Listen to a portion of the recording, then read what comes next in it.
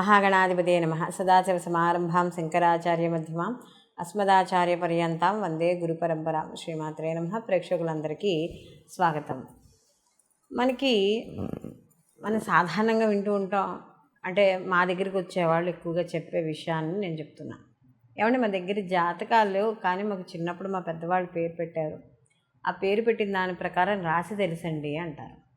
అంటే వాళ్ళకి వ్యక్తిగత జాతకాలకు సంబంధించిన డీటెయిల్స్ అనేవి తెలియదు. వాళ్ళంతా కూడా వాళ్ళకి తెలిసిన రాశి మీద లేదా నామనక్షత్రం మీద ఆధారపడి వాళ్ళ కార్యక్రమాలన్నీ కూడా వాళ్ళు కానిచ్చుకుంటూ ఉంటారు, వాళ్ళ శుభ కార్యక్రమాలన్నీ.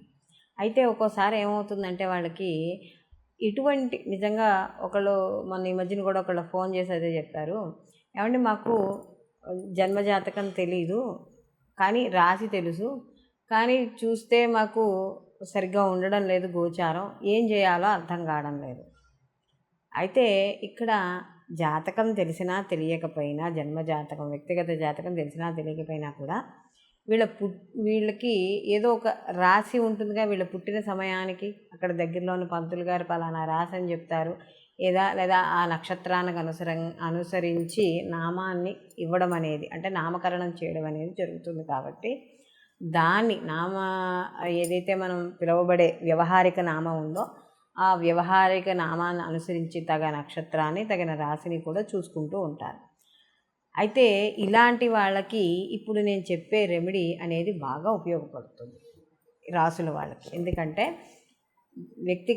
వ్యక్తిగత జాతకం తెలియని వాళ్ళకి జన్మ రాశి ఏదైతే ఉందో ఆ రాశి తెలిస్తే తద్వారా మనం పరిహారాలు చేసుకోవడం ద్వారా మనకి ప్రతికూల ఫలితాలు తగ్గి అనుకూలమైన ఫలితాలు పొందడం అనేది జరుగుతుంది. కాబట్టి ఇప్పుడు మనం అసలు ఒక్కొక్క రాశి గురించి మనం తెలుసుకుందాం. ఈ 12 రాసుల వాళ్ళు అసలు చేయదగిన రెమెడీస్ ఏమిటి, వీళ్ళు అంటే ఎవరైనా చేయగలే రెమెడీస్ ఇవి. కాబట్టి అవి ఏమిటి అనేది మనం ఇప్పుడు తెలుసుకుందాం. కన్యారాశిలోకి ఉత్తర 2, 3, 4 పాదాలు, హస్త 1, 2, 3, 4 పాదాలు, చిత్త 1, 2 పాదాలు మనకి కన్యారాశిలోకి వస్తాయి. కన్యారాశికి రాశ్యాధిపతి వచ్చి బుధుడు. అయితే ఈ కన్యారాశి వాళ్ళు ఎప్పుడు లైఫ్ లాంగ్ కూడా వీళ్ళకి వ్యక్తిగత జాతకాలు తెలియకపోయినా కూడా వీళ్ళు ఎప్పుడూ కూడా చేసుకోవాల్సిన రెమెడీస్ ఏమిటయా అంటే ఆకుపచ్చ వస్త్రాన్ని మన దగ్గర పెట్టుకోవడం. అంటే ఎప్పుడూ ధరించడం కుదరదు కాబట్టి ఏదైనా ఒక చిన్న రుమాల్ లాంటిదో ఏదో ఒకటి ఎప్పుడూ కూడా బయటికి వెళ్ళేటప్పుడు పెట్టుకోవడం.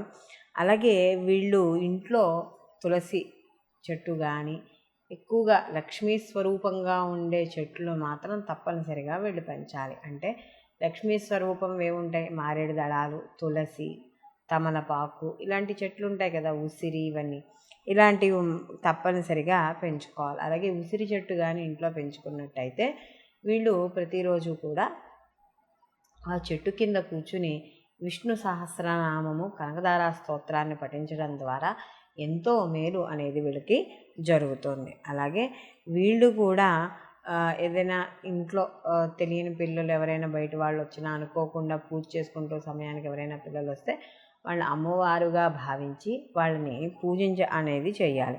అలాగే ఇక్కడ మనం పూజ చేసుకునే ప్లేస్లో కూడా ఎప్పుడూ కూడా నీటిని శుభ్రంగా ఉంచుకోవడం, పూజ చేసే స్థలాల్లో కూడా శుభ్రంగా ఉంచుకోవడం అనేది చేయాలి.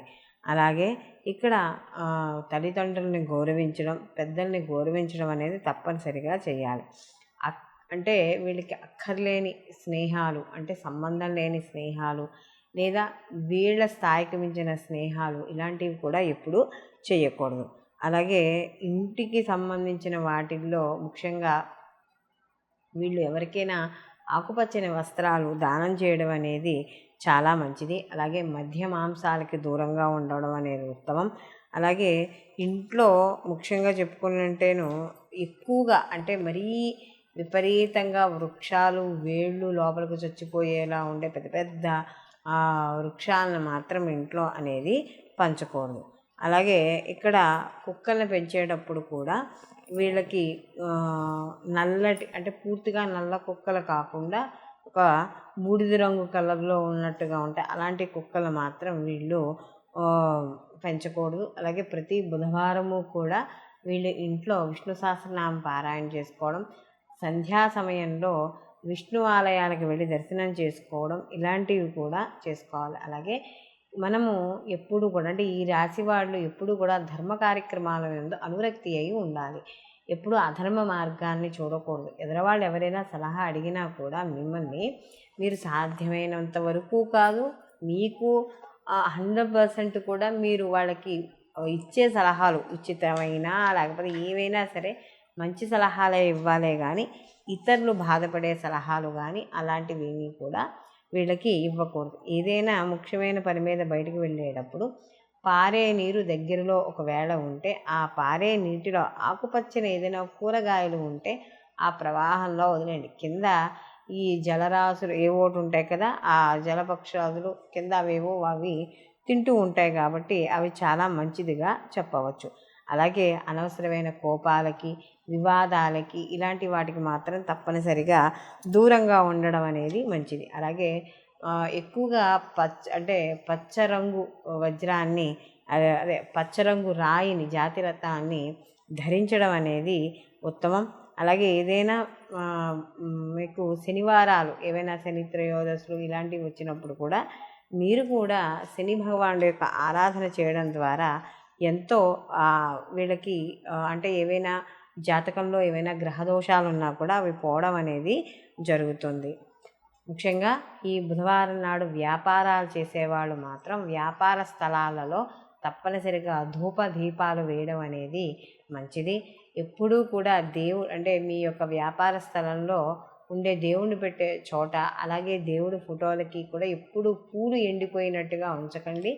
ఎప్పటికప్పుడు ప్రతిరోజు కూడా పూలని తీసివేస్తూ కొత్త రకం పూలు పెడుతూ ఉండండి. ఒకవేళ రోజు కొనక్కల ఇంట్లో ఉండే పూలే, రోడ్ల మీద దొరికే పూలైనా కూడా ఏ రోజుగా ఆ రోజు పూలు పెట్టి ఆ యొక్క స్వామివారిని ఆరాధన చేయడం అనేది మంచిది. అలాగే నూతన వస్త్రాలు ఎప్పుడైనా సరే వాటిని ధరించే ముందర వాటికి తప్పనిసరిగా కాస్త పసుపు రాసి అక్కడ స్వామివారి దగ్గర పెట్టి వెంకటేశ్వర స్వామో లేకపోతే రంగనాథ స్వామో రాముడో శివుడో ఏదో ఒకటి వెళ్ళి ఒక ఈశ్వరుడి దగ్గర ఈ యొక్క వస్త్రాన్ని పెట్టి అప్పుడు కట్టుకోవడం అనేది మంచిది. మొత్తం మీద ఈ యొక్క రాశివాళ్ళు కానీ చూసుకున్నప్పుడు ఆకుపచ్చని వస్త్రాలు దానం చేయడం, ఆకుపచ్చని కూరగాయలు కానీ ఆకుకూరలు కానీ గోవుకి తినిపించడం, ప్రతి బుధవారము కూడా విష్ణు సహస్రనామం పారాయణ చేసుకోవడం, ఏదైనా మనకి ఈ యొక్క దేవతా వృక్షాలని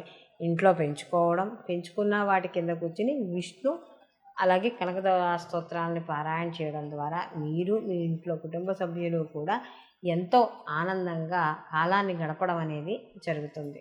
అయితే ఇప్పుడు మనం చెప్పుకున్న రెమెడీస్ అన్నీ కూడా సాధారణంగా ప్రతి స్త్రీ కానీ పురుషుడు కానీ ప్రతి నిత్య జీవితంలో చేసుకునేవే.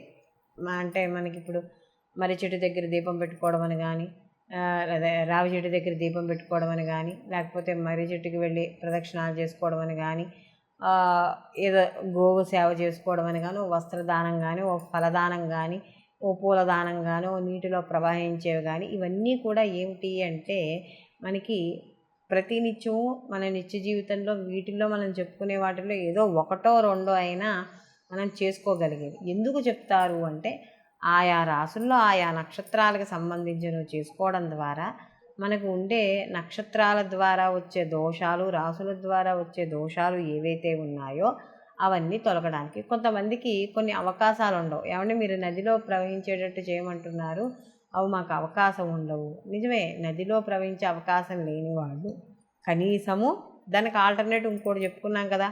ఇప్పుడు నదిలో ఒకరికి ఎర్రటి పుష్పాలు వదలడం కష్టం అవుతోంది, మరి ఏం చేయాలి అంటే దానికి ఆల్టర్నేటివ్గా ప్రతిరోజు గుళ్ళోకి వెళ్ళి ఒక 41 రోజుల పాటు క్రమం తప్పకుండా గుళ్ళోకి వెళ్ళి ఈ యొక్క మనకి నచ్చిన దేవాలయంలోకి ఎక్కడికైనా వెళ్ళి శివాలయమో విష్ణువాలయమో సుబ్రహ్మణ్య ఆలయమో వెళ్ళి అక్కడికి వెళ్ళి ప్రదక్షిణాలు చేసుకోవడం, ఇలా చేయడం ద్వారా కొంత ప్రతికూల ఫలితాలు తగ్గుతాయి. అలాగే మనం చెప్పుకున్న వాటిల్లో కూడా ప్రతి రాశికి కూడా చాలా మటుకి రెమెడీస్ ఉన్నాయి కాబట్టి వాటిల్లో ఏదో ఒక దాన్ని 41 రోజుల పాటు క్రమం తప్పకుండా పాటించడం ద్వారా తప్పకుండా మార్పు కలుగుతుంది. మేము బయటికి వెళ్ళలేము అనుకున్న వాళ్ళకు కూడా ఆల్రెడీ మనం ఏ స్తోత్రాలు చదువుకోవాలో కూడా చెప్పడం అయింది కాబట్టి కనీసం ప్రతిరోజు ఆ స్తోత్రాలైనా సరే కూడా ఒక సమయ పాలన పెట్టుకుని, అంటే ప్రతిరోజు ఈ టైంకి స్టార్ట్ చేస్తాను, 8ంటికి మొదలు పెడతాను అంటే మీరు చదవదలుచుకున్న 41 రోజులు కూడా ఆ యొక్క 8ంటికే మొదలుపెట్టేటట్టుగా చూసుకుని అలా సమయపాలన చూసుకుంటూ నిర్దిష్టమైన సమయాన్ని ఎంచుకుని చేయడం ద్వారా ఫలితాలు అనేవి మనకి చాలా అనుకూలంగా రావడం అనేది జరుగుతుంది. సర్వే జన సుఖినో భవంతు. లోకా సంస్థ సుఖినో భవంతు.